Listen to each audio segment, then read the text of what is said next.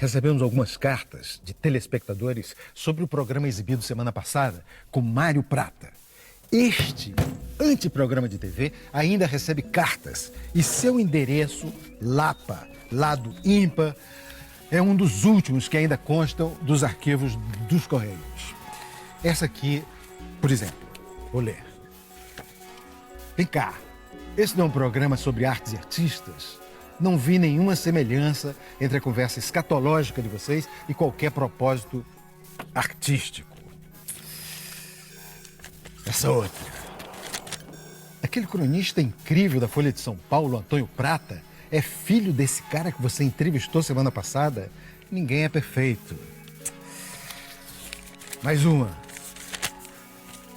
Sou professor de francês em Quixeramobim e quero dizer que bêtise é estupidez e aquilo tudo é babaquice. Sobre bêtise ainda existe quem escreva, mas sobre babaquice...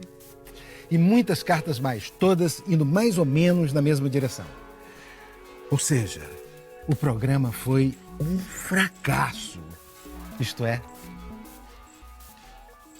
um sucesso. Dramática, plástica, pânica, cênica, cônica, cúbica, toda arte esdrúxula. Eu amanheço. Poética, apócrifa.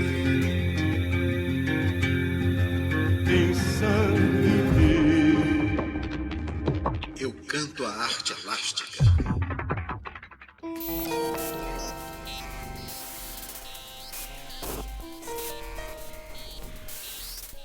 Vamos falar de besteira? Podemos falar até em cocô. Eu tô desenvolvendo um projeto sobre cocô.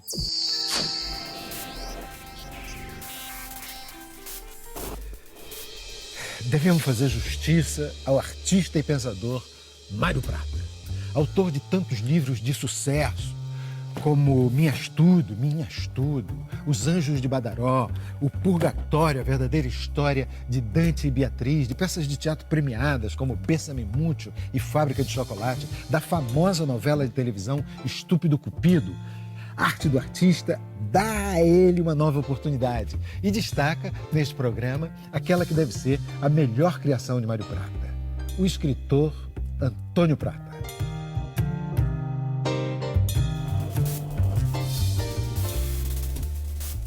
Então eu fico muito orgulhoso de ser convocado aqui, porque o meu pai, diante de um dos maiores diretores de teatro do Brasil, em vez de falar de Stanislavski, Dostoiévski e outros nomes terminados em ski, passou uma entrevista inteira, ou pelo menos metade da entrevista, falando sobre cocô.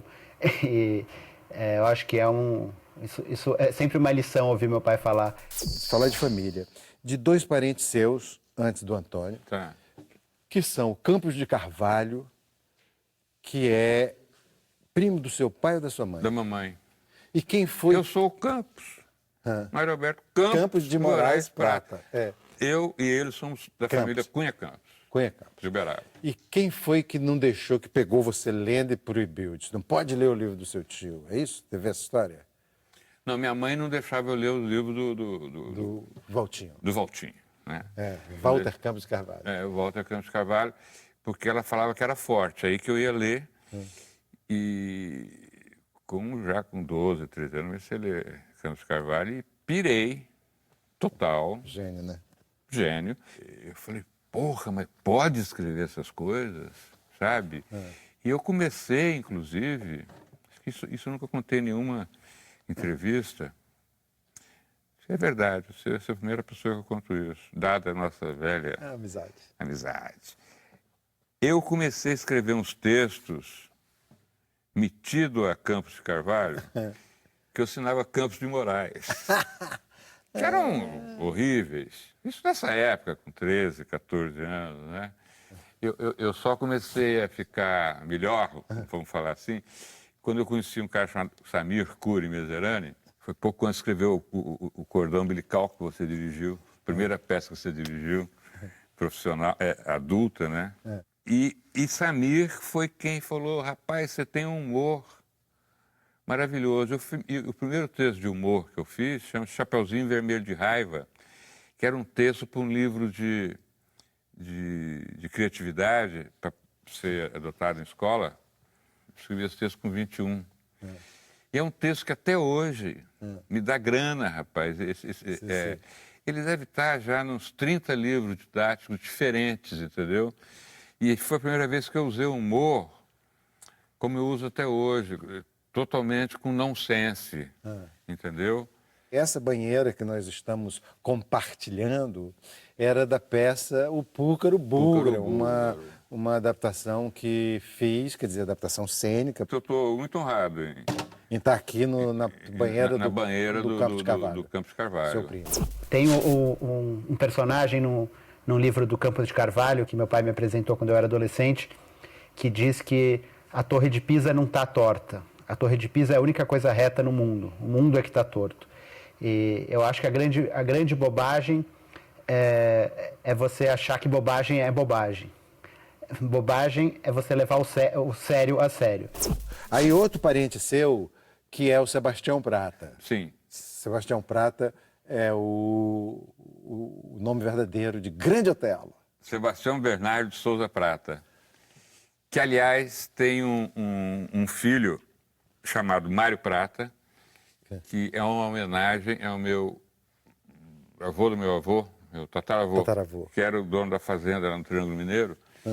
E quando a Isabel libertou os escravos, tinha uma série de coisas que tinha que registrar os escravos, dar nome, salário, né? A CUT da época lá, né?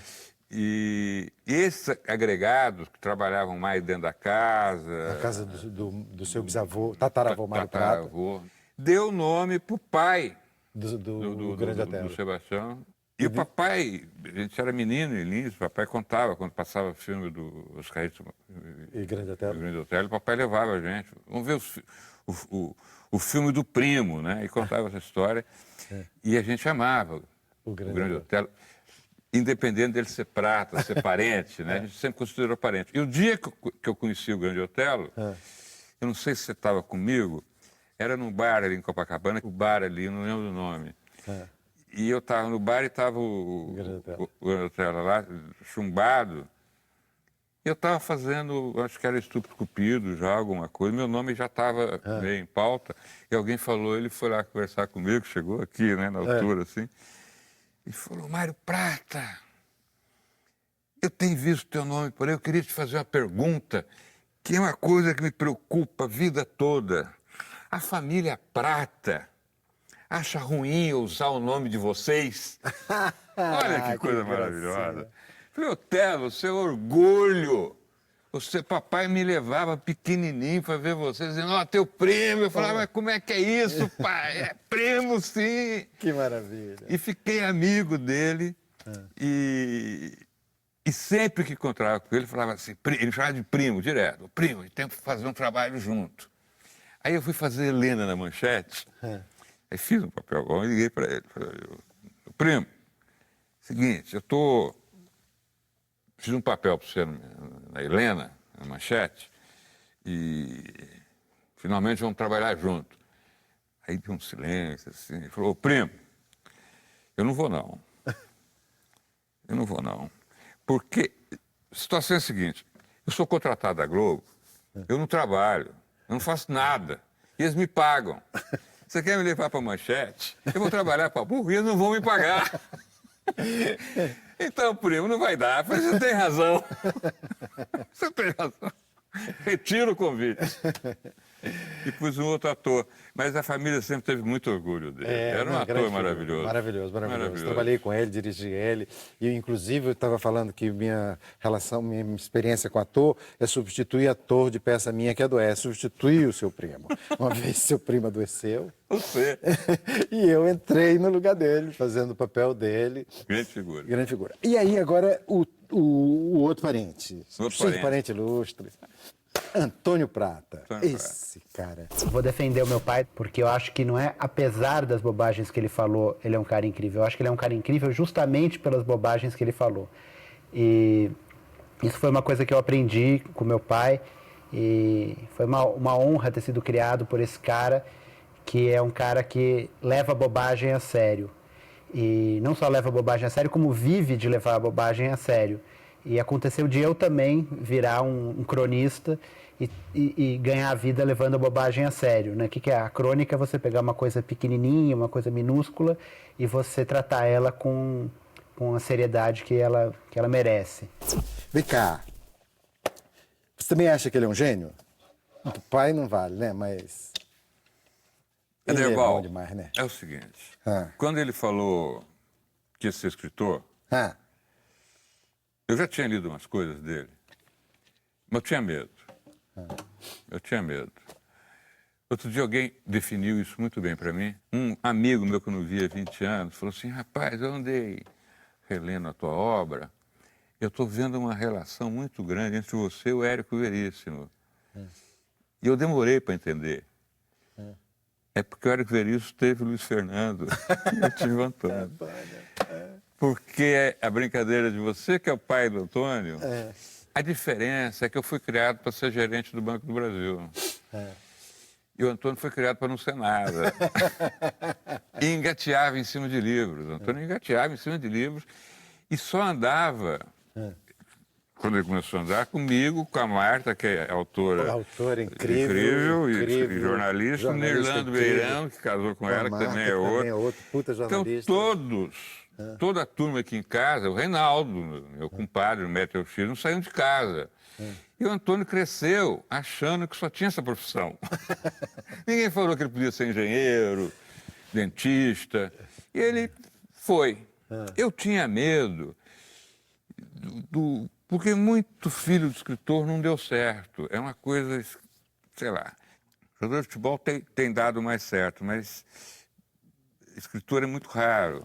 Mas um dia, há 2 anos atrás, ou 3, quando o Chico Buarque foi fazer o show dele, ele pulou Florianópolis, que não tinha teatro, em Porto Alegre, eu combinei com a Lúcia Veríssimo, a gente fazer um jantar, que ela me devia um jantar, a Lúcia me devia. Então vamos juntar tudo. Ele juntou, tinha umas 15 pessoas. E aí, não sei quem puxou o papo de Antônio, e Chico falou, eu quero declarar que eu fui o primeiro a falar que ele era do caceta. Aí o Luiz Fernando, que não fala nada, falou assim, não, senhor. Eu falei primeiro e sem saber o nome dele. Me perguntaram quem eram os 5 grandes cronistas do Brasil. Eu falei, fulano, Mário Prata e o filho dele. Eu nem sabia o nome dele. Aí eu falei, não foi nenhum dos dois, foi o Fernando Moraes, que escreveu um e-mail para mim e para a Marta, dizendo, eu fui o primeiro. A hora que eu vi Chico Buarque e Luiz Fernando Veríssimo discutindo quem falou primeiro, eu comecei a achar... Bom pra caralho. É bom pra caralho. Pois é, eu ia dizer até assim, mas não vale dizer que porque sou pai não posso falar bem, porque é isso. Você sabe que nós somos velhos, né, Prata? Você ficou falando isso dessa discussão de do Chico e do Luiz Fernando, quem foi que descobriu primeiro o Antônio? E eu fico pensando que eu faria uma discussão com alguém, assim, algum amigo, uns anos atrás, de quem descobriu primeiro o Luiz Fernando, se foi eu ou ele.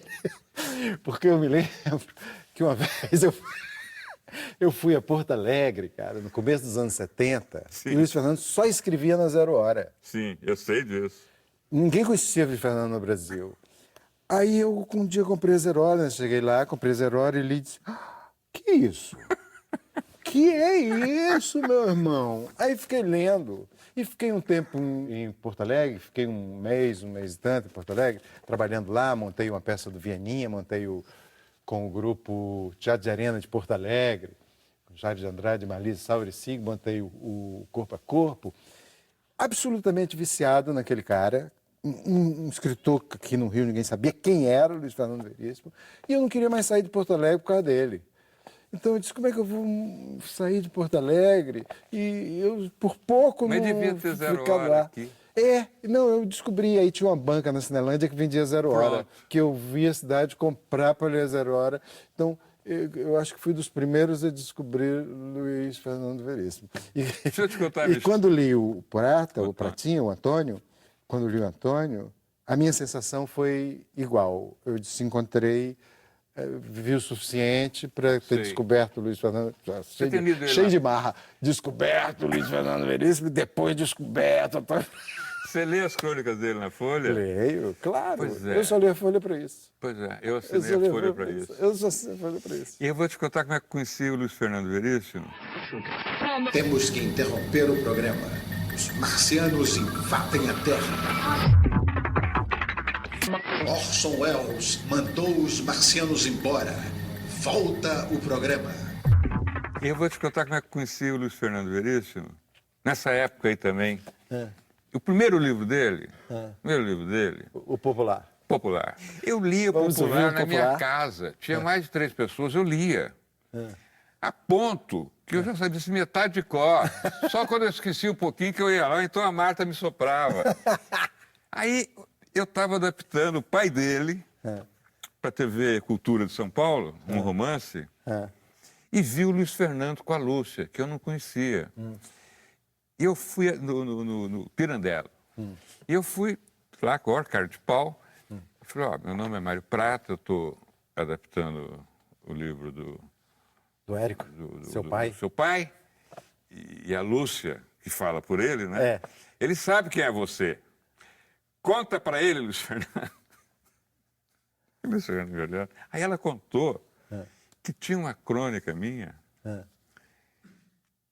que é a mulher, que o marido dela era ascensorista e enlouqueceu, e ela processa o edifício que ele trabalhava, porque o cara só ouvia o dia inteiro ou o começo de conversa, ou meio, ou fim. Ele nunca ouvia uma conversa inteira durante 30 anos. Entendeu? Aí o cara entrava lá e falava assim, aí o cara falou assim, mas aí é fácil, com o macaco, né? Ou então começava e saía. E as piores é que o cara entrava no meio e saía do final. E o cara lá, o cara enlouqueceu. E ele lia na casa dele esse texto meu para os outros. Ah, que maravilha. Lembra uma coisa da Coluna Imperial? Que a gente escrevia 4 mãos, procurando o Carlos Imperial, a gente escrevendo. Puta que pariu. Começava assim. Você escrevia um parágrafo, levantava e eu escrevia outro.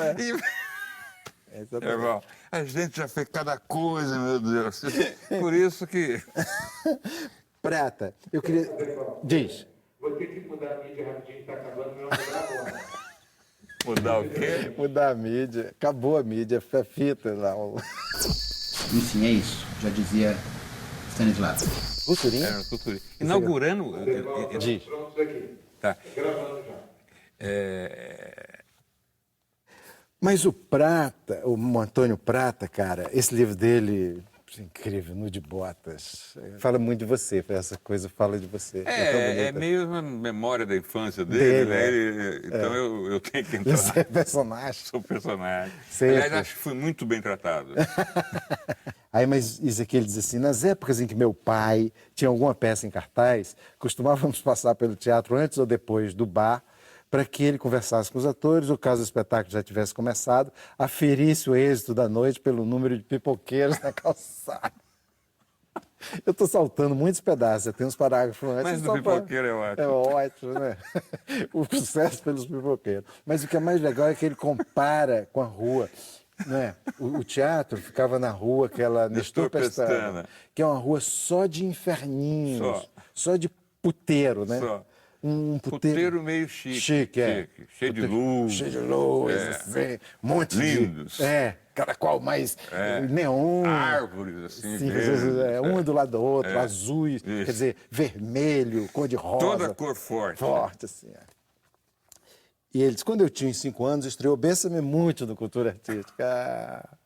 Foi o maior sucesso do meu pai, coisa para 3, 4 pipoqueiros. Mas eu não o considerava um homem realizado, muito pelo contrário. É que aos olhos de uma criança, aquele teatro, embora um marco arquitetônico paulistano, era incapaz de competir com a exuberância kit das casas de strip adjacentes. Né? Aí ele fica falando e tal, aí diz assim, eu morria de vontade de saber mais sobre aquela Disneylândia noturna. Mas não abria a boca com receio de magoar meu pai, lembrando-lhe da simplicidade do seu teatro. Uma noite, contudo, com os olhos hipnotizados pelos neons, a curiosidade venceu o pudor e perguntei: por que aqueles teatros eram tão mais incrementados que o dele? Porque o dele, mesmo fazendo tanto sucesso, não investia em luzes e decoração, adequando-se ao nível da vizinhança.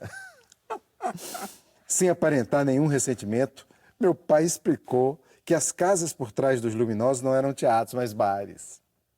Estranho. Eu conhecia muitos bares, o que tornava aqueles tão diferentes dos outros em que comíamos franga passarinho com batata frita e misturávamos coca com suquita. Que ele já falou antes, que você pegava ele sexta-feira e fazia esse desastre com a organização alimentar. O que fazia ele tão diferente dos outros? Tal? Com a maior naturalidade, meu pai respondeu: mulheres peladas. Do alto da minha meia década de existência, mulher pelada não evocava nada além da imagem da minha mãe entrando ou saindo do banho, de touca na cabeça e toalha na mão, cheiro de shampoo no ar, gotículas de vapor nos azulejos. Bom, talvez a fumaça vista pelas portas entreabertas, ali dos inferninhos, né, fosse vapor dos chuveiros em que as tais mulheres se banhavam. Mas algumas questões maiores permaneciam sem resposta. O que levaria mulheres a tomar banho num bar? Por que permaneceriam peladas depois da ducha? Qual seria a graça de comer franga passarinho com a bunda de fora? A explicação do meu pai só aumentou a minha confusão. As mulheres peladas estavam lá porque homens que não tinham namorada apareciam especialmente para vê-las. De novo, impossível ligar causa e efeito. Por que um homem sem namorada ia querer ver uma mulher pelada? Ainda mais num bar?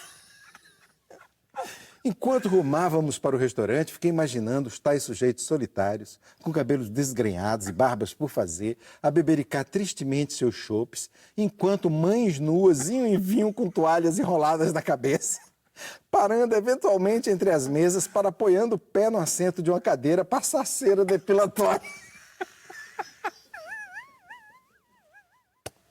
Que maravilha! Incapaz de visualizar tamanho despautério, pedi a meu pai que nos levasse a um bar de mulher pelada na próxima sexta. Não dava, ele disse, eram proibidos para crianças. Então, pela primeira vez naquela noite, alguma lógica apareceu. A proibição deveria ser para evitar que víssemos os tais homens sem namorada, sofrendo em meio ao vapor, aos neons e às toucas de banho. Que imaginação da criança, que bem escrito, puta que pariu. Aceitei a situação com certo alívio até. O teatro do meu pai não era, afinal de contas, o estabelecimento mais triste da região. Só quase 20 anos mais tarde, atravessei uma daquelas portas espelhadas. As mulheres eram diferentes do que eu havia imaginado, mas os homens estavam lá, bem como eu os havia pintado. É incrível. É incrível. Maravilhoso, É incrível. Antônio Prata. Maravilhoso. Eu fico lágrima no olho, pô. Bom, eu tinha tanta coisa para te perguntar, vou passar, porque realmente agora não dá mais, porque aí eu vou... Quem paga o pato sou eu na hora de editar, entendeu? Eu fico dias editando. O Cardia me diz assim, grava meia hora, grava 40 minutos, né? Para tirar 25. Puta merda. Bom, Cardia você não sabe o presta. problema que você está me trazendo. Ah, e tinha uma coisa sobre o Antônio, que eu li uma crônica dele, poucos dias, dia desse, ontem, né? Mas o programa não vai amanhã, vai hoje. Que ele ficava falando dos homens sensíveis, que era os que nem são homofóbicos e nem são homossexuais. Mas que são os caras que queriam andar de patins na cidade. Queriam andar de patins na cidade, mas se eu for andar de patins na cidade, vão achar esquisito. Pega mal. E qual é o lugar? E não tem ninguém que defenda os homens sensíveis. Esses homens. Ele disse até que ia procurar o deputado João Willis Isso. e propor que incluísse na sigla, na LGTB, incluir um HS de homem sensível, ficar LGTB-HS.